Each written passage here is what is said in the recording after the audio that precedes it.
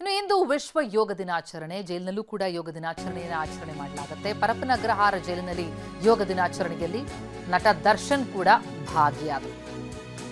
ರೇಣುಕಾಸ್ವಾಮಿ ಕೊಲೆ ಪ್ರಕರಣದಲ್ಲಿ ಜೈಲಿನಲ್ಲಿರುವಂತಹ ದರ್ಶನ್ ಮತ್ತು A1 ಆರೋಪಿ ಪವಿತ್ರ ಗೌಡ ಕೂಡ ಸಾಮೂಹಿಕ ಯೋಗದಲ್ಲಿ ಭಾಗಿಯಾದರು.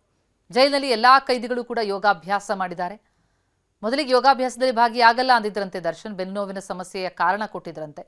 ಆದರೆ ಯಾವಾಗ ಅಲೋಕ್ ಕುಮಾರ್ ಅವರು ಸಲಹೆ ಕೊಟ್ಟರು ಯೋಗ ಮಾಡಿ ಅಂತ, ನಂತರ ಜೈಲಿನ ಕಾರಿಡಾರ್ನಲ್ಲೇ ದರ್ಶನ್ ಕೂಡ ಯೋಗದಲ್ಲಿ ಭಾಗಿಯಾಗಿದ್ದಾರೆ.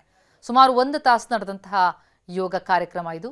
ಅದರಲ್ಲಿ ನಟ ದರ್ಶನ್ ಸೇರಿದಂತೆ ಎಲ್ಲ ಕೊಲೆ ಆರೋಪಿಗಳು ಕೂಡ ಭಾಗಿಯಾಗಿರೋದನ್ನು ಗಮನಿಸ್ತಾ ಇದ್ದೀವಿ. ಪ್ರದೋಷ್, ವಿನಯ್ ಎಲ್ಲರೂ ಕೂಡ ಭಾಗಿಯಾಗಿದ್ದಾರೆ. ಯೋಗ ದಿನಾಚರಣೆಯಲ್ಲಿ ಭಾಗಿಯಾಗಲ್ಲ, ನನಗೆ ಬೆನ್ನೋವು ಅಂದ್ರಂತೆ. ಆದರೆ ಬೆನ್ನೋವಿದ್ರೆ ಯೋಗ ಮಾಡಿದ್ರೆ ತುಂಬ ಒಳ್ಳೆಯದು ಅಂತ ಸಲಹೆ ಕೊಟ್ಟಿದ್ದಾರೆ ಅಧಿಕಾರಿಗಳು.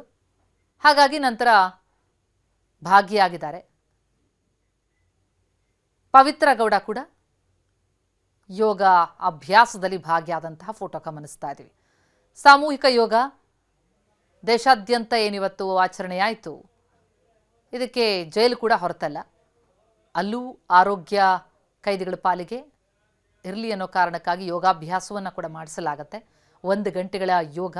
ಆ ಅಭ್ಯಾಸದಲ್ಲಿ ದರ್ಶನ್, ಪವಿತ್ರ ಸೇರಿದಂತೆ ರೇಣುಕಾಸ್ವಾಮಿ ಕೊಲೆ ಪ್ರಕರಣದ ಆರೋಪಿಗಳು ಕೂಡ ಭಾಗಿಯಾದರು.